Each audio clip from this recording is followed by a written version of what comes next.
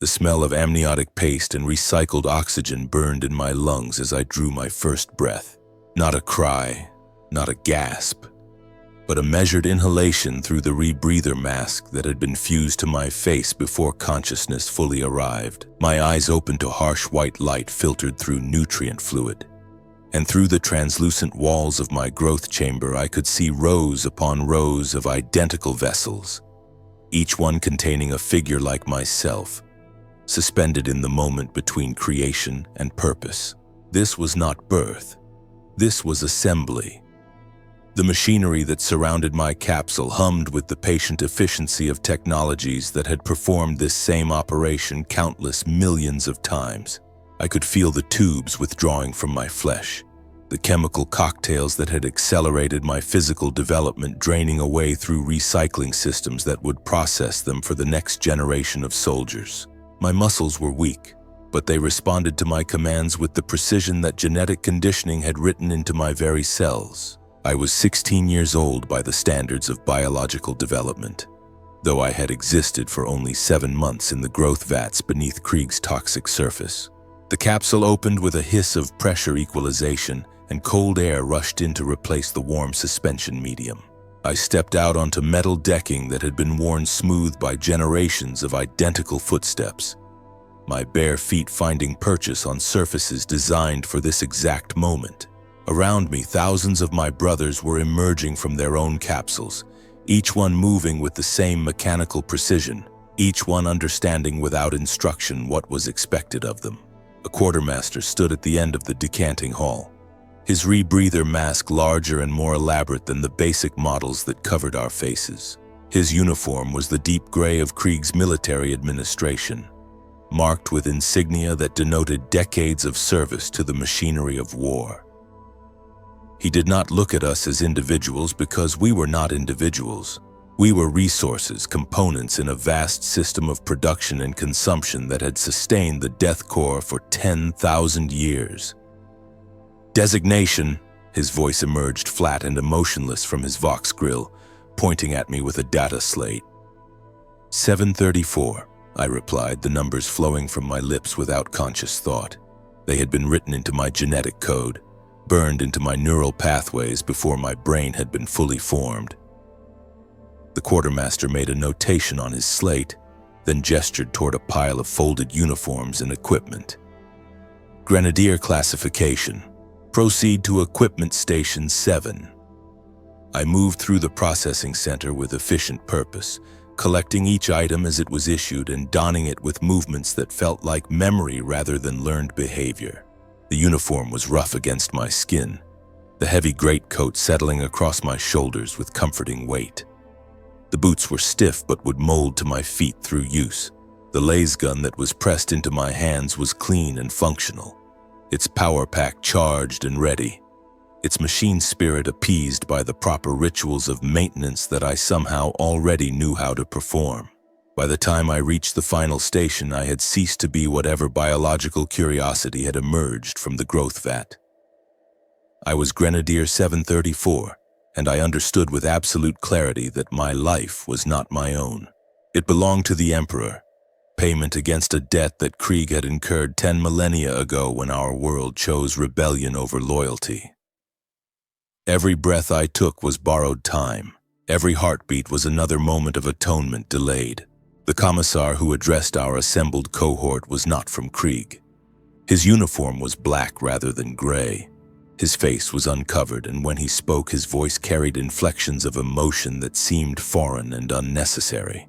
But his authority was absolute, backed by the bolt pistol holstered at his side and the power to execute any soldier who failed in his duty. "You are the 402nd Siege Regiment," he announced, his words echoing across the assembly hall where 10,000 newly decanted soldiers stood in perfect formation. "You have been created for a single purpose, to prosecute the Emperor's wars against those who would defy his will. You will fight and you will die because that is what Krieg does. That is what you were made for." He paused, perhaps expecting some reaction from the assembled soldiers. There was none. We had no capacity for fear, No instinct for self-preservation that might cause us to question our fate. We were weapons, and weapons do not concern themselves with the targets they are meant to destroy. Your first deployment will be to the Xylos system, the Commissar continued. A hive world has fallen to the corruption of chaos. The enemy has fortified themselves in positions that have resisted conventional assault for a decade. You will be part of the force that breaks their defenses. Casualty estimates for the initial assault waves are 90%. This is considered acceptable. Acceptable. The word settled over the assembled regiment like a benediction. We were not being sent to die meaninglessly, but to pay the debt that our world owed through the currency of our blood and sacrifice. 90% of us would fall, but that 10% who survived would push the line forward, would reclaim ground for the Emperor, would prove that Krieg remembered its shame and sought to atone for it through endless service. The journey to Xylos took 6 months through the warp. 6 months of training and preparation aboard transport ships that had been designed to move human cargo with maximum efficiency and minimum comfort. We lived in compartments that stacked bunks 4 high. Each soldier allocated precisely enough space to exist, but not enough to develop the kind of individual identity that might interfere with unit cohesion. We ate corpse starch rations that provided optimal nutrition without any consideration for taste or variety. We trained in combat simulators that taught us to kill in 1,000 different ways, each lesson emphasizing that our lives were worth less than the objectives we would be ordered to take. I learned the proper maintenance rituals for my lasgun, the litanies that would appease its machine spirit and ensure it fired true when I needed it most. I learned to recognize enemy uniforms and equipment, to identify weak points in fortifications, to advance under fire without breaking formation. I learned that a grenadier's purpose was to be the tip of the spear, to lead assaults against the most heavily defended positions, to die so that the soldiers behind me might live long enough to claim victory. And through it all, I felt nothing except the cold certainty of purpose. There was no fear of death because death was not an ending but a fulfillment. There was no hope for survival because survival was merely an extended opportunity to serve. There was no longing for anything beyond the mud and blood of the battlefield, because such thoughts had never been coded into my genetic structure. When we finally arrived in orbit over Xylos, the view from the transport's observation ports showed a world that had been consumed by war. The planet's surface was obscured by clouds of smoke and chemical pollutants, the result of a decade of constant bombardment and industrial sabotage. Orbital sensors provided data streams that painted a picture of utter devastation. Hive cities reduced to rubble, agricultural zones poisoned by toxic runoff, entire continents transformed into killing grounds where millions had already died in service to the Emperor's reclamation of this fallen world. The briefing room where our regiment assembled was utilitarian and cramped, designed to hold exactly the number of soldiers who would be participating in the next wave of assaults. A watchmaster stood at the front of the room, his uniform bearing the scars of previous campaigns, his augmented eyes cycling through tactical displays projected from his data slate. "The enemy has established a fortress line designated Gorgon's Teeth," he explained, his voice carrying the flat affect that marked all Krieg officers.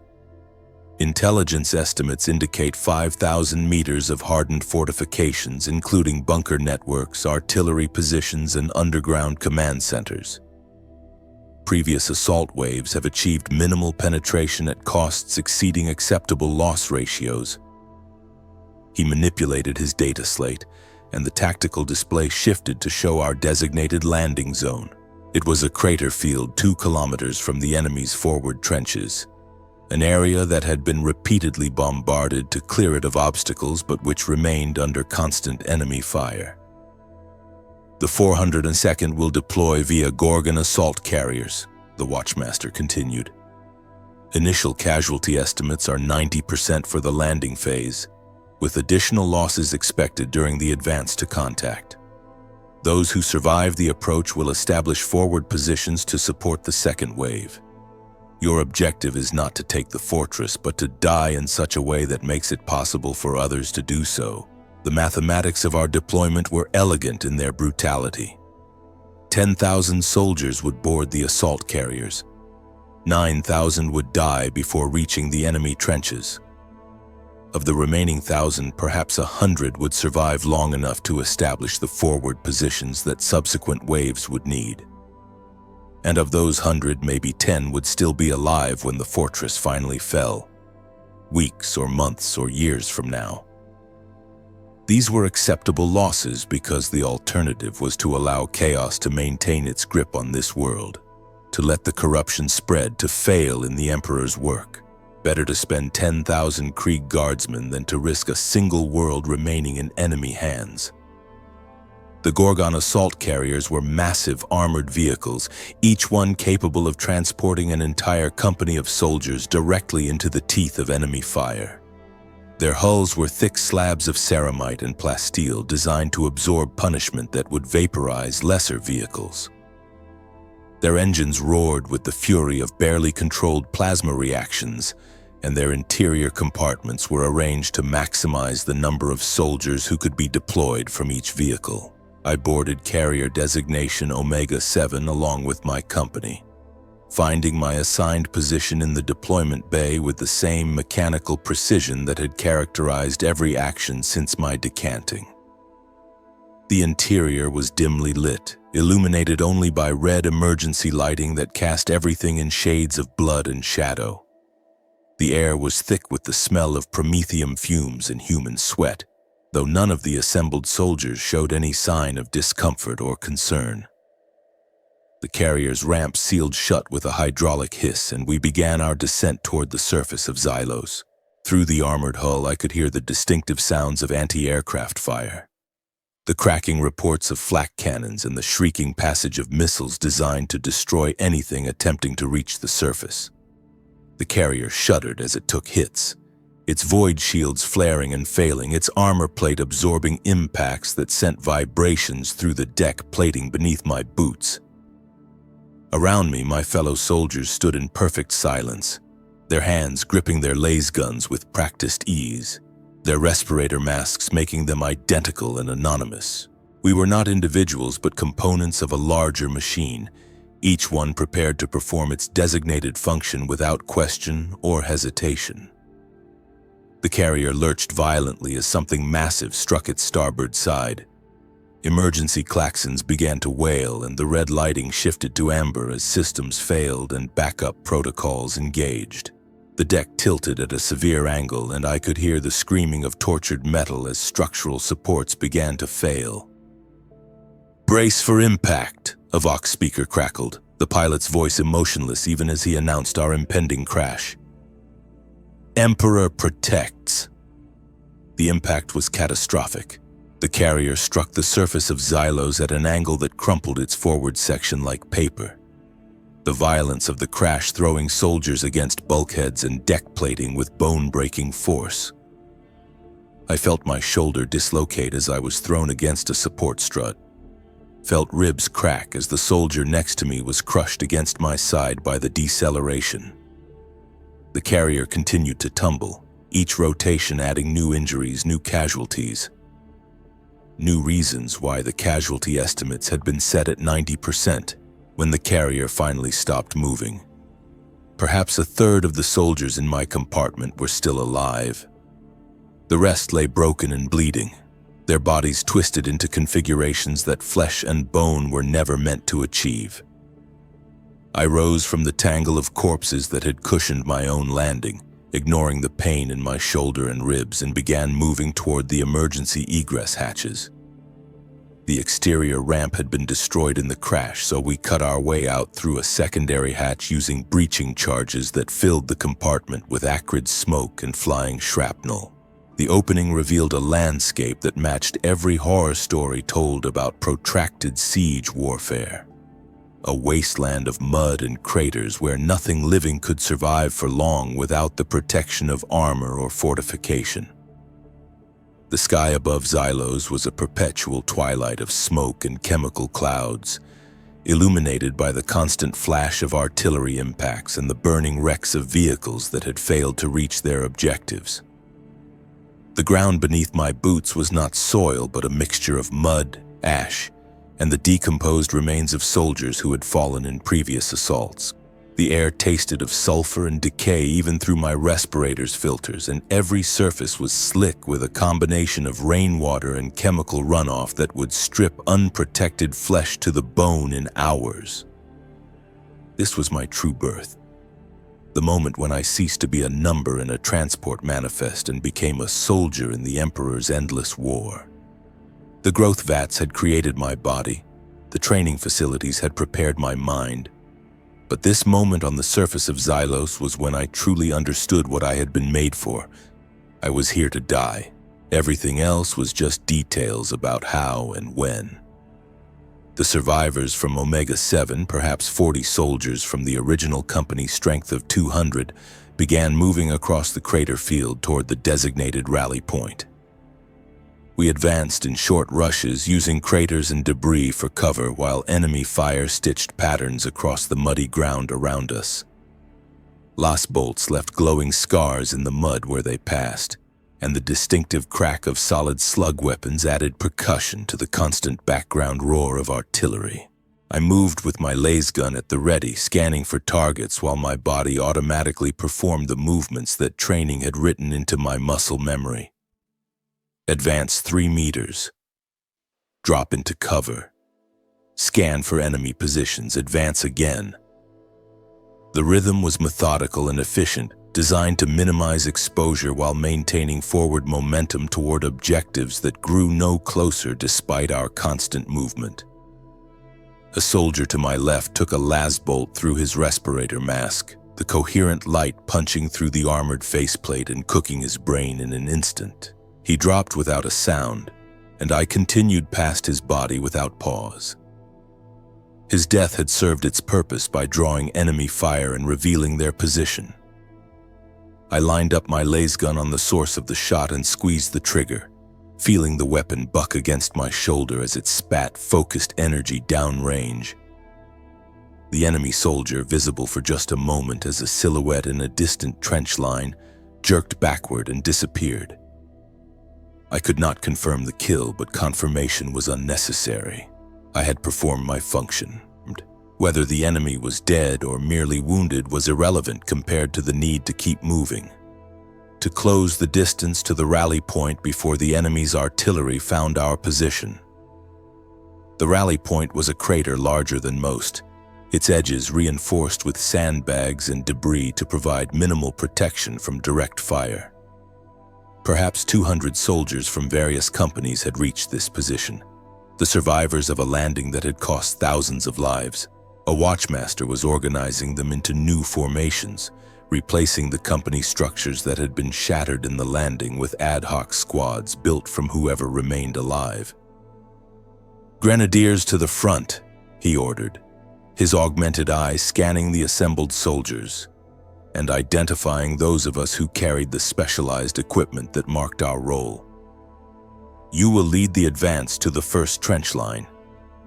Standard infantry will follow and consolidate positions once initial resistance has been neutralized."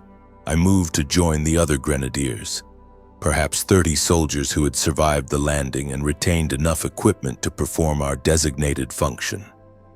We were issued additional grenades and breaching charges, the tools we would need to crack open enemy fortifications and create openings for the soldiers behind us. The weight of the additional equipment was significant, but my body had been designed to carry such loads without complaint. The first trench line was 500 meters away, a ribbon of disturbed earth and sandbags that stretched across the battlefield like a scar. Intelligence reports suggested it was lightly defended, a screening position meant to slow attackers while the real defenses prepared to receive them. Taking it would require crossing 500 meters of open ground under fire, an action that would cost most of us our lives. The whistle blew, a sound that cut through the constant background noise of the battlefield with crystal clarity. I rose from the crater's edge and began running toward the enemy position, my boots finding purchase in mud that tried to drag me down with every step. Around me, my fellow grenadiers were doing the same, each one advancing with mechanical determination toward the objective we had been assigned. The enemy opened fire immediately. Last bolts and solid rounds filled the air between our position and theirs, creating a deadly wall that soldiers had to pass through if they wanted to reach the trench line.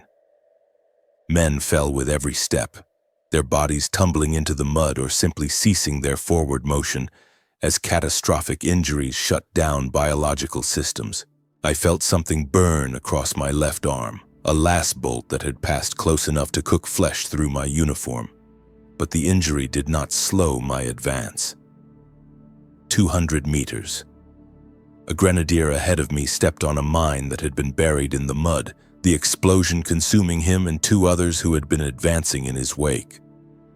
The formation adjusted automatically, soldiers filling the gap without breaking stride, maintaining the momentum that was essential to any successful assault. 100 meters. I could see enemy soldiers in the trench now.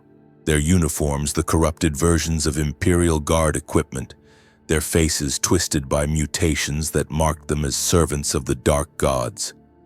They were firing with sustained volleys, coordinating their shots to create killing zones that even Krieg discipline could not entirely avoid. More grenadiers fell, but enough remained to continue the assault.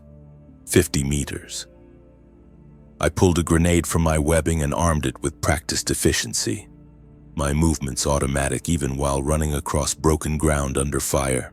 The explosive was a simple fragmentation design, its casing scored to break into maximum fragments when the charge detonated. I threw it overhand toward the nearest section of trench, saw it arc through the air and disappear into the enemy position before the explosion confirmed its arrival. 20 meters. The enemy fire slackened as they recognized the immediacy of our assault and shifted from aimed shooting to desperate attempts to keep us from reaching their position. I fired my laser gun from the hip as I ran, not bothering to aim because suppressive fire was more valuable than accuracy at this range. The important thing was to keep the enemy's heads down, to prevent them from organizing a coordinated defense. I reached the trench line and dropped into it with my laser gun ready, landing on top of an enemy soldier whose face had been burned away by my grenade. The trench was narrow and deep, designed to protect its occupants from artillery fire while providing firing positions toward the direction of any attack. It stank of human waste and rotting flesh, the accumulated filth of soldiers who had lived and died in this same position for months or years. A traitor guardsman came around the corner of the trench, his laser gun raised to fire. I was faster, my training and genetic conditioning giving me reaction times that normal humans could not match. My laser gun barked twice, both shots taking him in the chest and dropping him before he could complete his trigger pull. I stepped over his body and continued along the trench line, clearing each position with mechanical efficiency. Another enemy appeared, this one swinging a crude club studded with nails and bone fragments. I blocked the swing with my laser gun stock, felt the impact jar my injured shoulder, and drove my combat knife into his throat before he could recover for a second strike. Hot blood sprayed across my respirator mask, obscuring my vision, and I wiped it away with my sleeve before continuing my advance. The fighting in the trenches was brutal and intimate, the kind of close-quarters combat where training and determination mattered more than firepower or tactical superiority.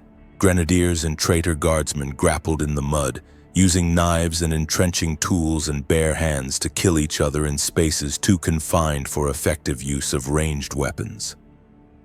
I killed 3 more enemies in rapid succession, each death a cold fact rather than an emotional experience, each body another obstacle to step over on the way to the next objective.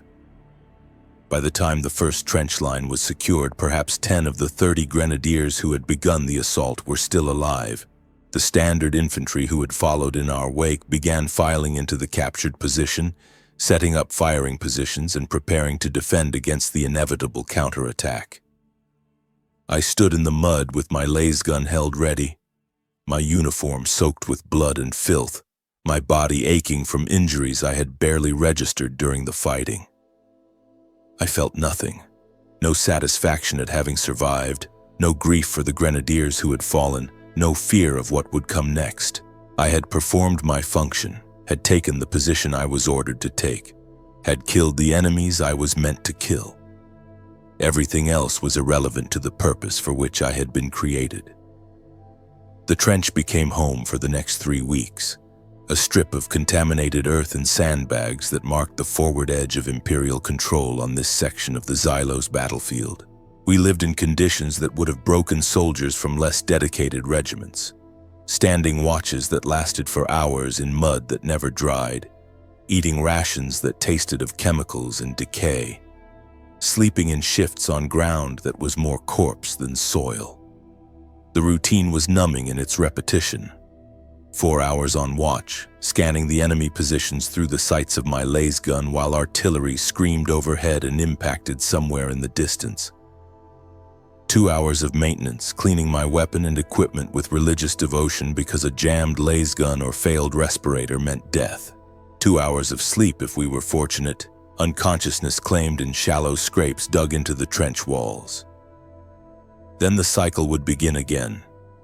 I learned to recognize the sounds of different weapons by their reports. The sharp crack of enemy laser guns, the deeper boom of autocannons, the distinctive whistle of incoming mortars that gave you perhaps 3 seconds to find cover before the impact turned your position into a crater. I learned to differentiate between enemy artillery patterns, to recognize when a barrage was random harassment fire and when it was preparation for an assault. The enemy across no man's land was a mixture of traitor guard and mutated cultists, humans who had turned from the Emperor's light to serve the ruinous powers. Through my scope, I could see them moving in their own trenches, could watch them bring up supplies and rotate their own troops through the firing line. Sometimes I would take shots at targets of opportunity, carefully aimed rounds that would send an enemy soldier tumbling backward into his trench. Other times I would simply observe, cataloging their patterns and reporting unusual activity to the squad's Vox operator. Communication among my fellow soldiers was minimal and purely functional. We had no names, only numbers, and those numbers were used only when absolutely necessary for clarity in tactical situations. Orders were given and acknowledged in single words or gestures. There was no small talk, no sharing of thoughts or feelings, because such things had no place in Krieg discipline. We were components of a machine, and machines did not gossip or form personal connections. The first major assault against our position came on the 8th day. The enemy artillery preparation was sustained and brutal. A rolling barrage that walked up and down our trench line for 2 hours before lifting to allow their infantry to advance. I crouched in my firing position with my respirator mask pressed against the muddy wall, feeling the earth shake with each impact, hearing the screams of soldiers who were caught in the open when shells found their positions. When the barrage lifted, I returned to my firing position and saw the enemy advancing across no man's land in loose formations that suggested they had learned from previous failed assaults. They were using craters and debris for cover, moving in short rushes that made them difficult targets, supporting each other with covering fire that forced us to keep our heads down. I fired carefully aimed shots at any enemy who exposed themselves for more than a moment, felt my laser gun grow hot in my hands as I burned through power pack after power pack. Around me, my fellow guardsmen were doing the same, creating a volume of fire that began to slow the enemy advance and force them to seek better cover.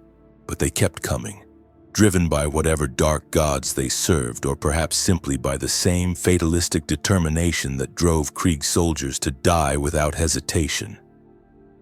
The enemy reached our wire, the tangled barriers of razor wire and mines that had been placed to slow any assault. They began cutting through with specialized equipment, working under covering fire from their comrades who had taken positions in nearby craters. I switched to grenades, throwing them in high arcs that would drop them into the enemy positions, hearing the explosions and the screams that followed. They breached the wire in 3 places and came flooding into our trench, their numbers overwhelming the depleted squads that held this section of line. The fighting became hand-to-hand, soldiers grappling in the mud while last bolts passed centimeters over their heads. I killed 2 enemies with my combat knife, felt my ribs crack when a cultist hit me with a length of pipe, and continued fighting because falling meant death, and death before completing my objective was failure. A massive explosion somewhere to my left signaled that someone had detonated a satchel charge rather than let the enemy take their position intact.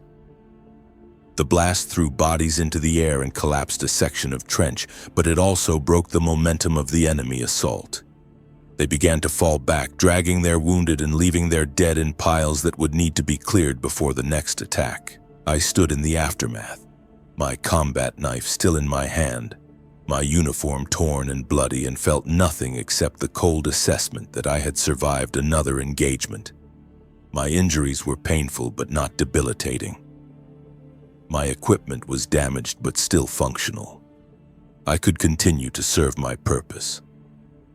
A Krieg engineer joined our section of the line 3 days after the first major assault. His designation was 445-926-118, but the other soldiers began referring to him by the shorthand Caster, when coordination required verbal identification beyond simple numbers. He was a specialist, trained in the arts of siege warfare and fortification, and his presence suggested that our position was being prepared for more permanent occupation rather than treated as a temporary forward post. Caster moved through the trench with the confident efficiency of someone who had served in dozens of similar positions. His augmented eye scanning structural details and potential weak points. He carried a load of specialized equipment that included breaching charges, mapping instruments, and tools for underground construction. When he spoke, which was rare, his words were precise and technical, focused entirely on the practical matters of improving our defensive position. "This section needs reinforcement," he said to me during one of my maintenance periods, pointing at a section of trench wall that had been damaged during the artillery barrage. "The soil composition is too loose. Next time they hit us here, this whole section will collapse and bury whoever is standing in it." I acknowledged his observation and helped him shore up the weak section using materials scavenged from destroyed positions. He worked with practiced efficiency, his movements economical and precise, teaching me through demonstration rather than lengthy explanation how to identify structural weaknesses and correct them before they became catastrophic failures. Over the following weeks, Caster became something that approached a mentor, though neither of us would have used such a term. He shared technical knowledge about siegecraft, explaining how to read terrain for underground approaches, how to recognize the signs of enemy mining operations, how to calculate the proper placement of demolition charges to bring down fortified structures. This information was valuable for the survival of our position and the completion of our objectives. So I absorbed it with the same focused attention I gave to all matters of tactical importance. He showed me a small metal object one evening during a lull in the enemy harassment fire. A battered Imperial Aquila that he kept in a sealed pocket of his equipment vest.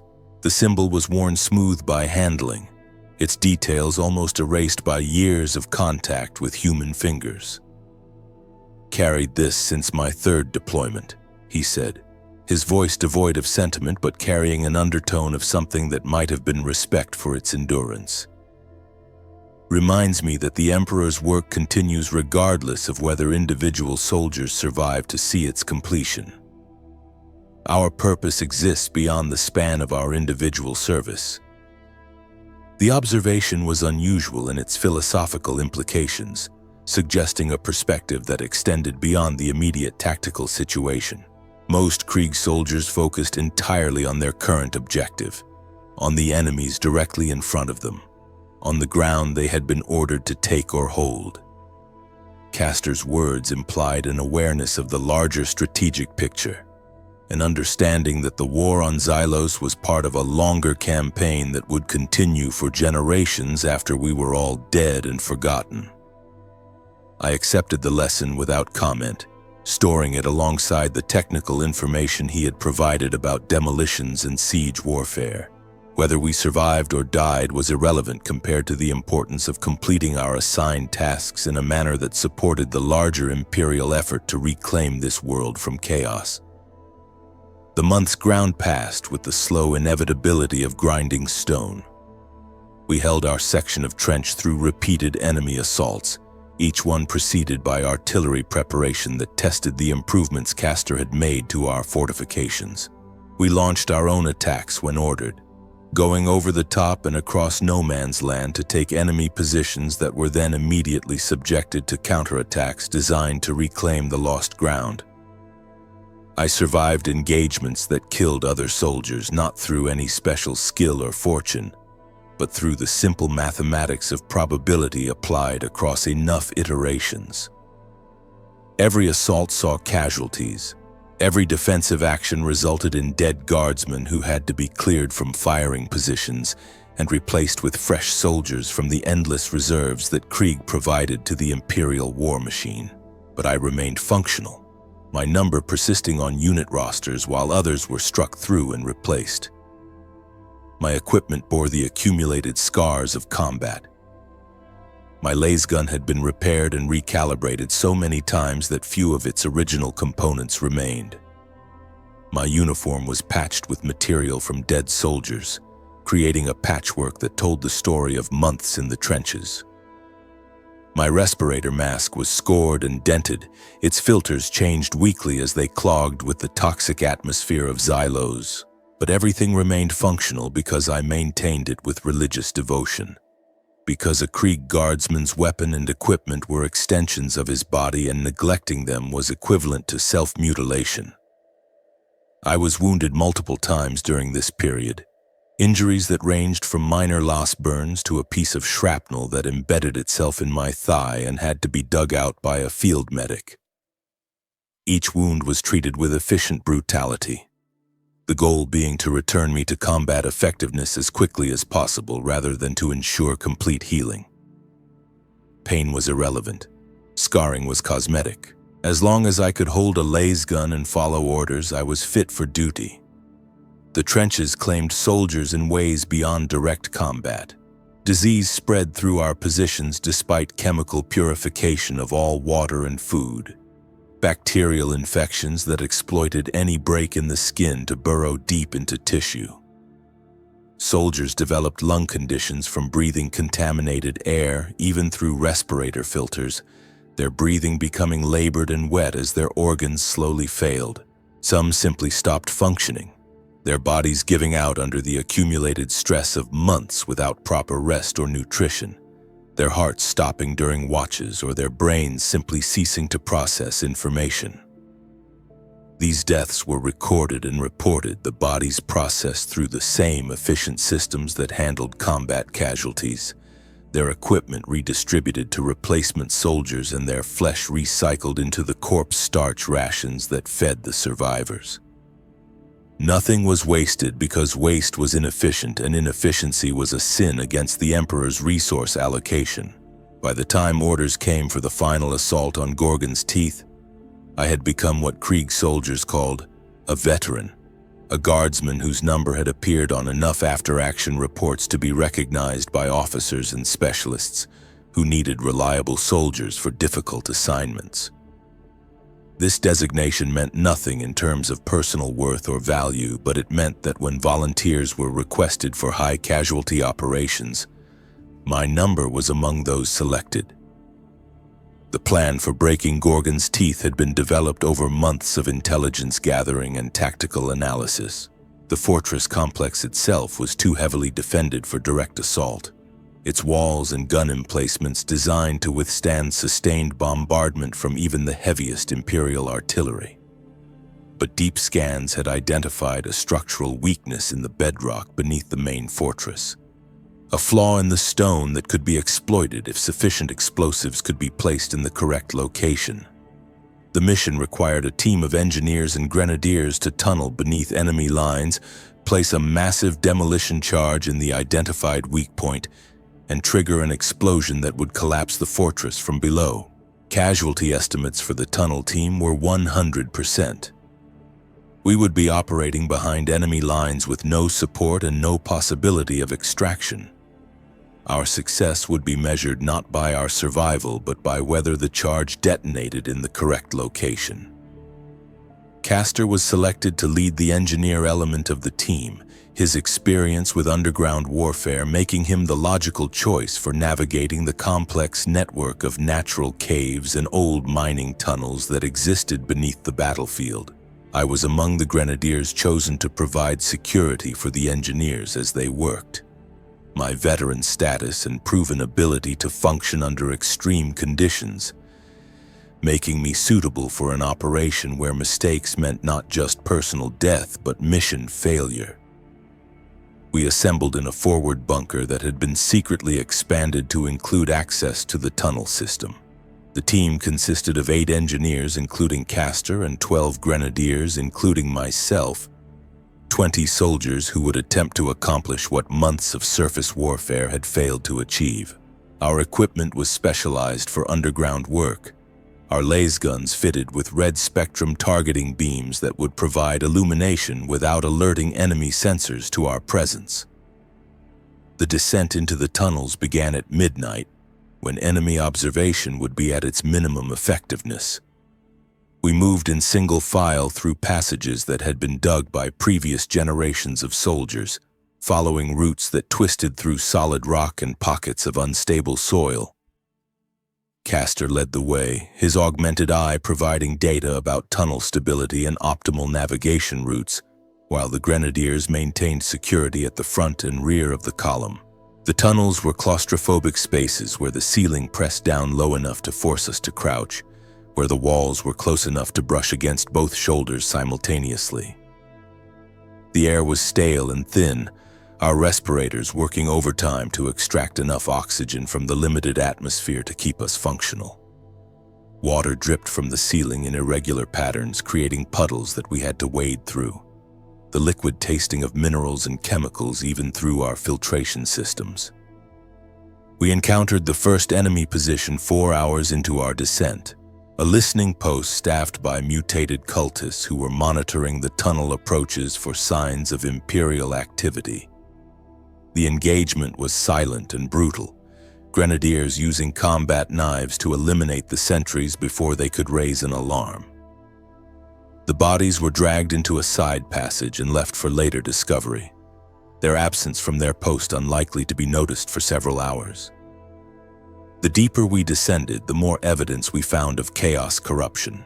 The rock itself began to show signs of unnatural alteration. Veins of strange material that pulsed with sickly light. Moisture that reeked of decay and wrongness.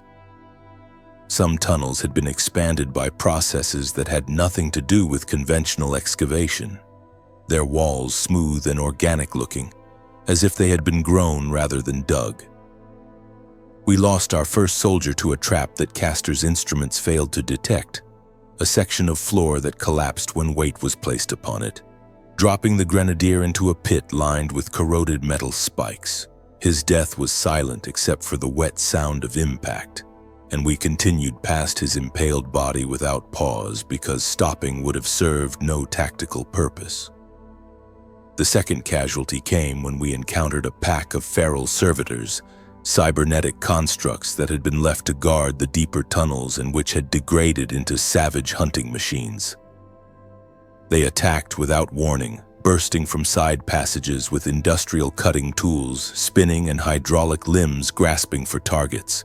We killed them, but not before one of the engineers was decapitated by a buzzsaw attachment, and 2 more grenadiers were dragged into the darkness and torn apart.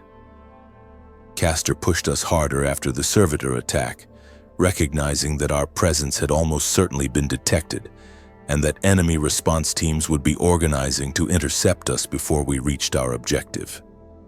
We moved through the tunnels at a pace that bordered on reckless, trusting his navigation and ignoring the dangers of unstable passages in favor of speed.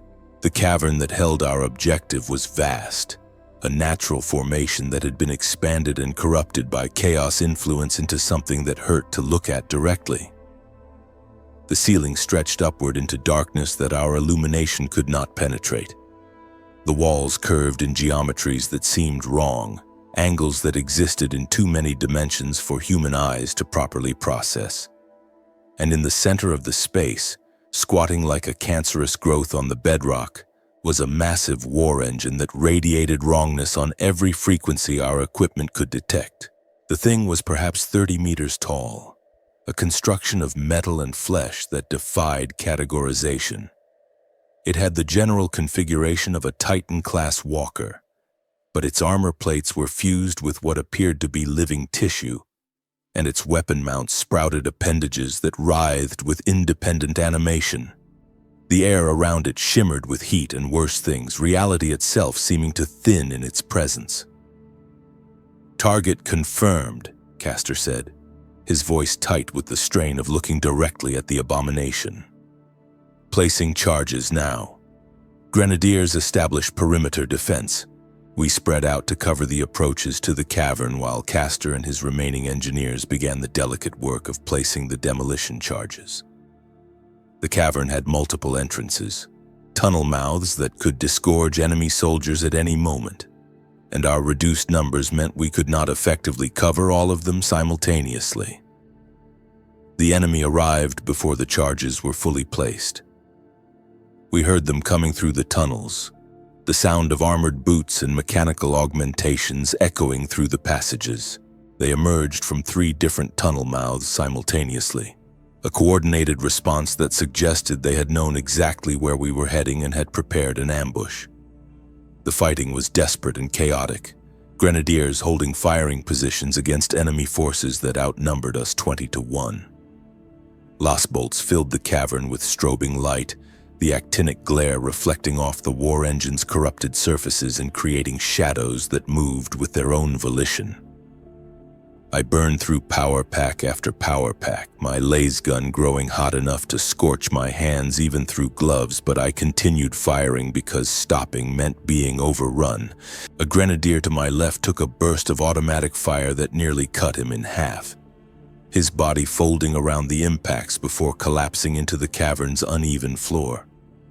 I shifted to cover his position, my fire sweeping the tunnel mouth he had been watching, dropping 2 enemy soldiers who had been attempting to advance under cover of their comrade's sacrifice. Castor worked with desperate efficiency, his hands moving through the placement sequence with practiced precision, even as weapons fire impacted the rocks around him.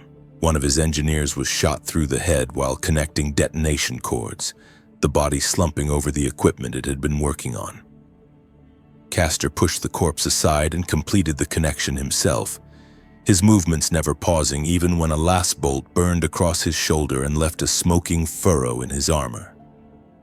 "Primary charge armed," he announced over the local vox. "Requires manual detonation. Timer mechanism damaged." The words carried implications that every surviving soldier understood immediately. Someone would need to stay behind to trigger the detonator. Someone would need to die in the explosion that would bring down Gorgon's teeth. This had always been a suicide mission, but we had hoped that at least some of the team might escape before the charges detonated. "I will remain," Castor continued, his tone carrying no emotion beyond simple statement of fact. "Grenadiers, withdraw and seal the tunnels behind you. Prevent enemy from reaching this position before detonation." I should have accepted the order and begun my withdrawal. That was my purpose, to follow commands and complete objectives without question or hesitation. But something in the way Castor moved, the deliberate care with which he checked each connection and verified each placement, suggested that his assessment was not entirely accurate. "Primary detonator status," I said over the vox, my voice carrying the flat affect of technical inquiry rather than emotional questioning. Castor paused in his work, his augmented eye focusing on me for a moment before he responded. "Damaged but functional. Requires physical trigger activation. Effective range 0 meters. 0 meters. The detonator would need to be activated by someone standing directly next to the primary charge, in the heart of an explosion that would vaporize everything within a 50-meter radius. But more importantly, his phrasing suggested that the secondary detonator, the backup system that all major demolitions included, might be intact. Secondary detonator status, I pressed, knowing that questioning a specialist's technical assessment violated protocol, but recognizing that the information might be tactically relevant. Castor's mechanical fingers continued working through the arming sequence, but his voice when he responded carried something that might have been approval. Functional. Requires correct authentication codes and remote activation device. Authentication codes classified above Grenadier clearance level. He was protecting me from information that would require me to make the same choice he had already made. If I did not know the authentication codes, I could not activate the detonator, which meant I could not be ordered to remain behind. The logic was sound from a tactical perspective, but it failed to account for the fact that I had already made my decision. I moved through the cavern toward Castor's position, keeping low to avoid the worst of the enemy fire that continued to rake our defensive positions. The remaining grenadiers were falling back toward the primary withdrawal tunnel, their fire becoming more sporadic as they burned through their remaining ammunition. We had perhaps 2 minutes before the enemy would overrun the cavern entirely. "Grenadier 734, Castor said as I approached, his use of my full designation carrying formal weight. "You are ordered to withdraw with your squad. Requesting authentication codes for secondary detonator," I replied, ignoring the order.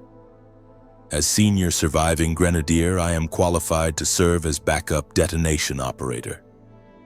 Castor regarded me for a long moment, his organic eye meeting mine while his augmented eye continued monitoring the tactical situation around us. Then he reached into his equipment vest and withdrew the battered Imperial Aquila he had shown me weeks ago in the trenches. "Authentication codes are inscribed on the reverse," he said, pressing the metal symbol into my hand. "Emperor protects, Grenadier. Complete the mission." He turned back to his work on the primary detonator, his movements deliberate as he made final adjustments to the placement of charges. Behind us, the sound of enemy fire intensified, and I could hear the distinctive sound of grenades detonating as the grenadiers fought a delaying action to buy Castor more time. A massive impact threw me to the ground, an explosion that came from one of the tunnel mouths and which signaled that the enemy had brought up heavy weapons to break our defensive positions.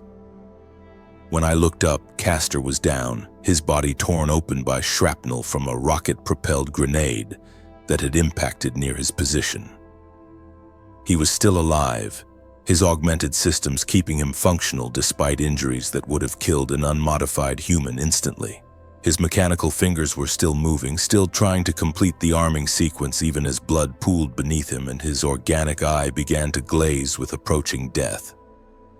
"Primary," he whispered, the word emerging as a wet gurgle through damaged lungs. "Damaged. Use secondary. The work, not done." I moved to his side, my hands checking the primary detonator even though I already knew what I would find. The rocket impact had destroyed key components, rendering it inoperable. The secondary detonator was intact, its control module safely sealed in an armored case that had survived the explosion. But activating it would require someone to input the authentication codes while remaining in the cavern. Castor's hand found mine, his grip weak but insistent. "Go," he said. "Complete. Mission." I looked at the battered Aquila he had given me, at the authentication codes etched into its reverse in tiny, precise characters. I looked at the war engine that squatted in the center of the cavern, its presence a corruption that spread like cancer through the rock itself. I looked at Castor, dying from wounds he had sustained while completing his duty to the Emperor. "Negative," I said, my voice carrying the flat certainty of absolute decision. "I will remain." Mission will be completed. Castor's organic eye focused on me for a final moment, and something that might have been satisfaction crossed his dying features. Krieg, he whispered. The single word carrying the weight of our world's eternal shame and our species' eternal purpose to atone for it through service and sacrifice. Then he was gone. His augmented systems finally failing, his body becoming another casualty in a war that had consumed millions and would consume millions more before victory was finally achieved. I rose from his body and moved to the secondary detonator.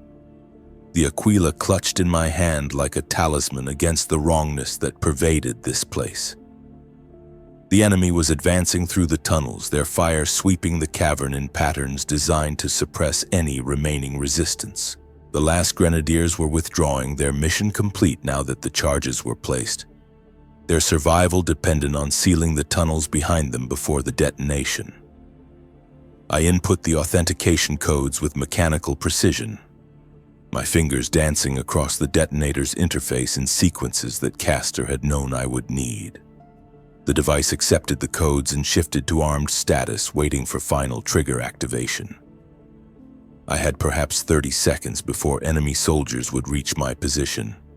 30 seconds to complete the mission that had brought 20 soldiers into these tunnels. I looked at the battered Aquila one final time, at the symbol that had accompanied Castor through multiple deployments and which had served as his reminder that the Emperor's work continued beyond the span of individual service.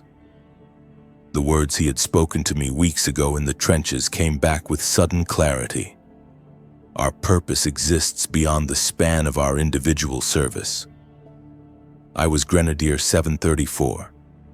I had been created in the growth vats beneath Krieg's toxic surface for a single purpose: to die in service to the Emperor's wars. I had been trained and equipped and deployed to Xylos to pay the debt that my world owed through the currency of my blood and sacrifice. This moment, standing in a cavern deep beneath a chaos fortress with my hand on a detonator that would kill me and thousands of enemies, was the culmination of everything I had been designed to accomplish. I felt no fear, no regret, no desire for the life I would never live or the experiences I would never have. These emotions had never been coded into my genetic structure because they would have interfered with my ability to perform my function. I was a weapon, and weapons do not mourn their own destruction. I triggered the detonator. The explosion began at the base of the war engine, the carefully placed charges detonating in a sequence designed to direct maximum force into the structural weakness that Castor had identified. The blast wave expanded outward with the fury of a small sun, vaporizing everything within its radius and sending shockwaves through the rock that would propagate upward toward the fortress above. I did not feel the explosion reach my position. The detonation traveled at velocities that exceeded human nervous system response times, and my awareness simply ceased between one instant and the next. There was no pain, no final moment of consciousness, no last thought or prayer or recognition of what had been accomplished. Grenadier 734 ceased to exist. His atoms scattered across the cavern and mixed with those of the enemies he had been sent to destroy. His purpose fulfilled in the instant of his destruction. The marshal commanding the Xylos campaign watched the tactical displays in his command bunker as seismic sensors registered a massive subsurface detonation. The readings were consistent with the planned demolition of the structural supports beneath Gorgon's teeth, suggesting that the tunnel team had reached their objective and completed their mission. 15 seconds after the initial detonation, surface monitoring stations began reporting structural failures across the fortress complex. The main walls were cracking, gun emplacements sliding into newly formed sinkholes, entire sections of the defensive perimeter collapsing as the ground beneath them gave way. The fortress that had resisted Imperial assault for a decade was tearing itself apart from below, its foundations destroyed by the sacrifice of 20 Krieg soldiers. "Status of the tunnel team?" the marshal inquired, his voice carrying no particular emphasis or emotion. His aide consulted a data slate before responding. "Total casualties confirmed, sir. No survivors expected." The marshal nodded once, a gesture that carried neither satisfaction nor regret. 20 soldiers had been expended to create an opportunity that conventional assault would have required tens of thousands to achieve. The mathematics were favorable, the resource allocation efficient, the outcome acceptable. "Transmit orders to all units," he said. "Prepare for main assault. The breach has been created. Begin advance." Across the Xylos battlefield, regiments that had been held in reserve for this moment began their movement toward the collapsing fortress. Hundreds of thousands of soldiers advancing to exploit the opportunity that Castor and his team had purchased with their lives. The siege would continue for months more, the final pacification of the fortress complex requiring careful clearing of every bunker and tunnel and defensive position. But the breakthrough had been achieved. The fortress that had seemed impregnable had been broken, and in the calculus of Imperial warfare, this made the mission a success regardless of the cost in human lives required to accomplish it. On the muddy battlefield where the next wave of Krieg Guardsmen advanced toward the breached fortress, a soldier's boot came down on something metallic that was half buried in the contaminated soil. The object was a small Imperial aquila, its surface scarred and partially melted by extreme heat, its details almost completely erased by the violence of the explosion that had brought it to this place. The soldier did not pause to examine what he had stepped on. His attention was focused forward on the objectives he had been ordered to take, on the enemies he had been assigned to kill, on the purpose for which he had been created in the growth vats beneath Krieg's surface. The aquila remained in the mud, another piece of debris in a landscape made entirely of destruction and sacrifice. Grenadier 734's designation was struck from the unit roster, his equipment redistributed to replacement soldiers, his service recorded in casualty reports that would be filed and forgotten in the vast archives of Imperial bureaucracy. He had existed for less than a year from decanting to death, had spoken perhaps a few hundred words in his entire life, had experienced nothing beyond training and warfare and the cold purpose that defined Krieg's culture of atonement. His life had been disposable. His death had been his purpose. The debt had been paid. The Emperor's work continued.